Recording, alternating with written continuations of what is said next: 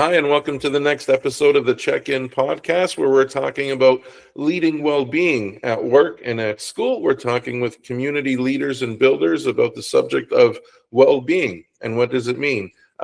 Today's guest is Ms. Kristine Beese. Kristine, thank you so much for joining us today. Thank you so much for having me, Nelson. This is wonderful. Kristine, maybe tell the audience a little bit about yourself. Sure. My background was as a national level athlete in high school and then as an engineer. And I just didn't know what to do with my money. And I went to the bank and the gentleman there was not very helpful. And I decided, it kind of really lit something inside of me. And I decided I'm going to figure out what to do with my money. And for me, that looked like I did a lot of reading, all the books I could find. Then I got my MBA. I worked on the trading floor at RBC, and then I became a stock analyst at RBC. And then I helped very wealthy Canadians or people in Canada invest their money. And then after doing that for a number of years, one of my good friends from university came to me and said, my marriage seems like it's breaking down and I don't know if I can afford to leave. Can you help me? And that was the moment. She was a fellow engineer, very bright. And I thought, she couldn't figure it out. I couldn't figure it out when I was younger. There's a moment here and a space that I think we could really benefit from having a software that makes it more affordable to figure out what your financial choices are and different opportunities and different options for you to make them. So we designed and built an online service, and we have a full service as well if you want to talk with somebody, where everyday people can get help with their finances, understand what they can afford sustainably and what they need to put away for the retirement of their choosing. Awesome. So first question out of the chute, Kristine, is what does well-being at work mean to you personally? Personally, it means, I spent a lot of time in male-dominated spaces, and I really enjoyed parts of it. And then other parts, I felt like I wasn't allowed to show up as who I was. And I really felt like I had to put armor on, especially on the trading floor. That is an area where when I was working there, it was still a very uncomfortable place to be in. And so well-being to me means not having to put on as much armor on. And it also means being able to work flexibly for me. I was really sad to see the regression of the ability for flexible working. I think a lot of people found, especially in different stages of your life, I think workplace flexibility can just diminish a lot of stress in a lot of ways. And so for us, we're fully remote, and also we have no specific work hours. You're able to work whenever you want, and whenever you still have to get the deliverables in and get your work done, but I don't care what that looks like as long as you get it done. And so for me, that's what well-being is, showing up as your whole self. It's still building pride in your work and getting it done at a high level, and recognizing that we all have other parts of our life that need to be managed. And so, recognizing that there'll be moments of strength and moments of, a little bit less strength from the employees if we want to get the best out of them. And for myself as well, there's seasons. And Kristine, can you share something that currently or past that an organization has done that supported mental health in the workplace that you recall? So I'll go back to my engineering days, and it wasn't seen as mental health back then, but I worked for an amazing organization. It was my first real sort of corporate job out of the gates. I had other jobs before that, but they weren't really in an office and they weren't really building my career. And so I didn't recognize it at the time. I thought it was great, but I also thought this was sort of normal. And what they did is every Friday, they got everyone together. They paid for everybody's breakfast. It started out smaller and differently. It was more dinners early on, but as the company grew, it became a breakfast. So every Friday morning, there was a breakfast place in the base or on the first floor of the building we were in, and they bought everyone breakfast, and that allowed for moments of reflection, connection, and and the people that gravitated to it were, you know, jovial, and we had a few people that were really comical, and you sat there laughing with your peers, and you had a moment without work to connect, and it was only about an hour, and I think that was probably one of the most beautiful practices I've ever seen. The other thing they did is they had this wonderful woman who was the office manager, and she constantly found ways to get people together outside. So they had an exercise class. You know, it was just a course over a few weeks, but they paid for it, right? So if you wanted to join, and so these things weren't called wellness back then. It was just a bunch of people who thought this was a nice way to live. And then when I left, I never found that again. I left to a different engineering firm. They had nothing. They were just, yeah, I won't.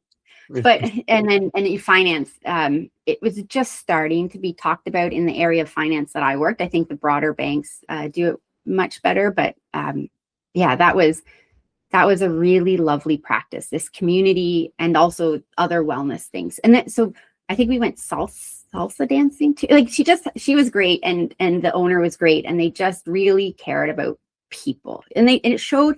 And they were an outperforming engineering firm. And I really think the two weren't, I think the two go hand in hand. I don't think it was an accident that people who were older and understood how rare this was really wanted to stay. Yeah. And that's a great example of where we are in terms, like when you're talking about, you know, a company that supported connection and so forth, and just the energy that you used in talking about that. Then you went to another company and you're saying, right? And I think the numbers will show that if you have a workforce that is in the positive and appreciative of the support that a company provides, the performance has to be so much better. The productivity has to be so much better than a company that doesn't. You know, I was lucky because the owner of that company was, you know, he mentored me. I don't think I recognized it, but he said to me, he said, Kristine, this is the biggest return. This breakfast is the biggest return on investment that I will get, because it strengthens everybody. You know, everybody wants to pull together for the other people. And engineers aren't known for being super extroverted, right? So there were quiet places. You know, I don't want to make it sound like it was just a big piss up morning party. It wasn't. It was just a time to get together, and there were a lot of laughs, but it wasn't, you know. And he said, you know, it really is about retention, right? He knew what he was doing, but he also enjoyed it, right? He wanted to meet the people, and he's like, and the next company I worked for, it was full of lovely people as well, but I just never got to know them as well, because I didn't have half an hour once a week just to chat about. And half the time we chatted about work, right? Like it's because that's what we have in common, and we'd be working on projects together, or we'd be curious about other projects, you know. And so I thought it was brilliant, and he thought it was brilliant too. He just didn't couch it that way, and I think it was really lovely. A return on investment and on breakfast. That's awesome. Kristine, what's one challenge that you think that current leaders are faced with in creating, you know, cultures of care in the workplace? I do think it's similar to marketing, except I think people have bought into marketing maybe almost too much now, in that it's really hard to have a, you know, like he said, it was a return on his investment. He felt he could see it, but I'm not sure other leaders have that capability, because, you know, here's a line item, right? It's cost out, and they have nothing tangible to show for it. And so I think we have this austerity idea everywhere I've worked. All of the perks kept getting shrunken, right? You know, you could only charge X amount of money. Like maybe it's $20 for dinner, and then all of a sudden it was $15 for dinner, right? Like every perk kept getting pulled back because they were just trying to drive costs down, and yet it just became less and less fun. It became less and less enjoyable to be there. And I do think these leaders face this notion of, you know, there's a cost outlay to anything in wellness, and maybe not being able to show that, I don't think it works right away. I think it's a long-term plan. I think you need someone who champions it internally. Like Ron owned the company, so he was the champion, so he didn't have to ask anybody, right? He didn't have to convince anybody. He just did it, and it worked, and it was brilliant. So if the owners of the company, and if those are shareholders, that's really hard to understand. I think it's very hard to put this through without, when the noise moves on. I think we've been lucky to have mental health having been a fairly large note in the ether for a while. And I think therefore a lot of companies were able to put things in place because there's, societal support for these initiatives. I am not saying there's enough, and I think there's a lot more work to do, but there was a moment in time there where I think there was, a lot more support, and it was easier. The other thing I think they struggle with is they don't necessarily control what their bosses do, or their bosses do. But if you are, let's say we're talking about the top, I think it can be really hard to understand the stresses and strains on employees. So specifically with the return to work, I don't think they understand how hard it is if you have children or if you have an elder that you're caring for, to constantly need to go into the office and then try to rush home for daycare. Like, I just don't think they understand how much stress was alleviated when that was taken off the table, because I think they can afford all the help to do that. They have someone who does that. They can pay someone to pick them up. They can pay someone to look after their parents. They may choose to want to do it themselves, but they have the resources to do it. And so I think there's a real disconnect between understanding the day-to-day life of their employees and understanding the day-to-day vis-a-vis the day-to-day life that they lead. So I think it's harder for them to make the best decisions for their employees. So we've talked about everybody else. How about Kristine? How does Kristine personally recharge her batteries? This is a great question, because for a long time, I don't think I was doing that as a founder. I think I would describe myself as failing in every sphere of my life. So I wasn't able to put as much effort into the company as I wanted, and yet I did it all the time. I wasn't able to put enough effort into my family, and yet I felt like I was constantly doing things. And so I felt like I was coming up short in everything.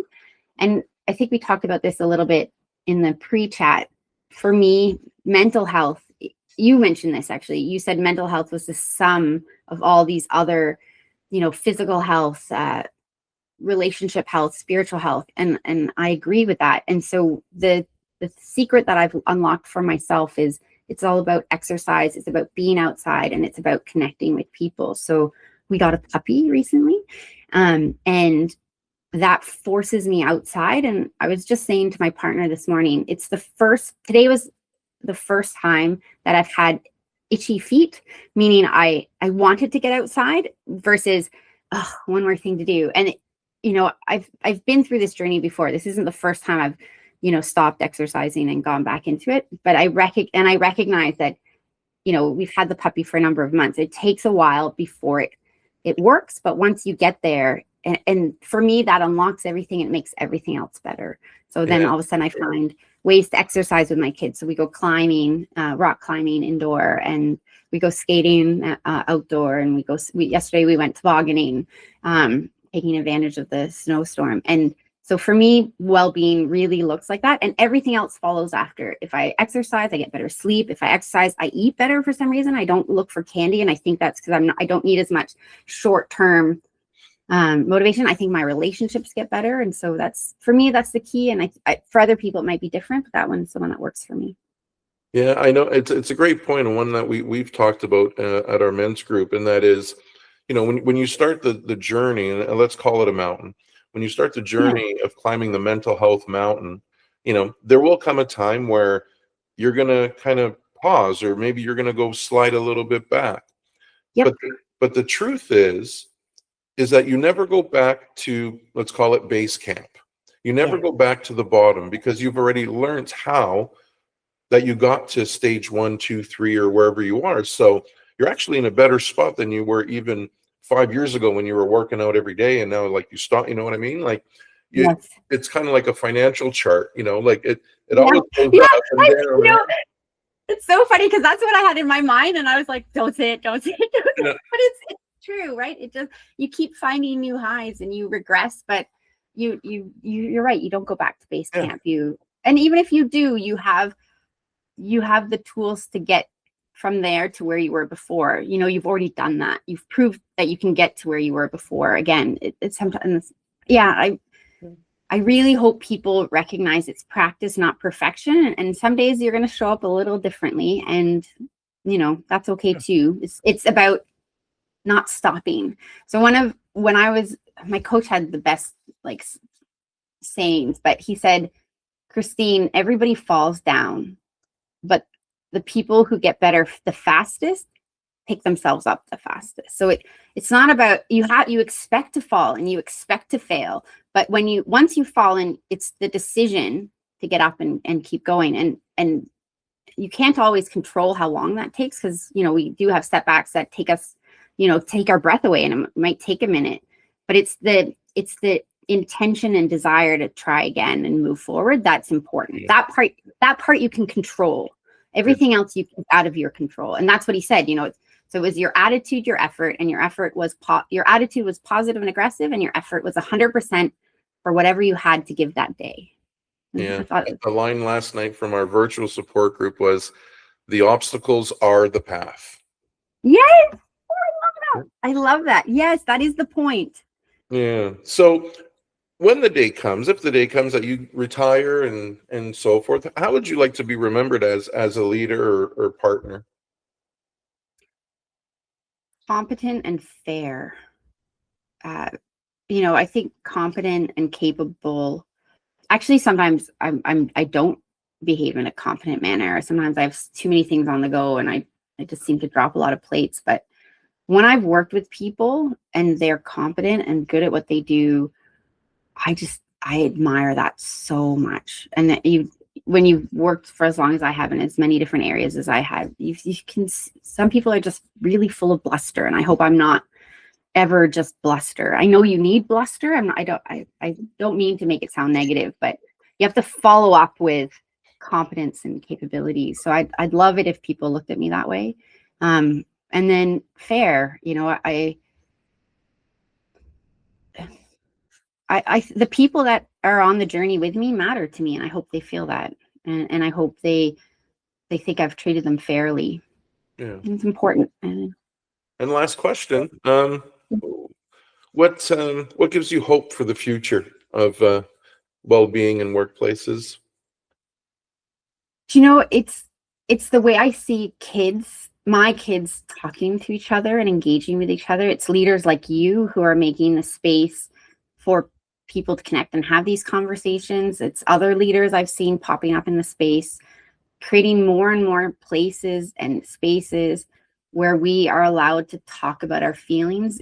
So here's a really silly one, but there's been a real push of Korean television, and I don't think the Korean men have the same masculinity restrictions, and maybe they do. I'm looking at this purely as a fan of their romantic Korean soap dramas, which is probably really far from reality. But it just feels like there's this allowance of the men to be, and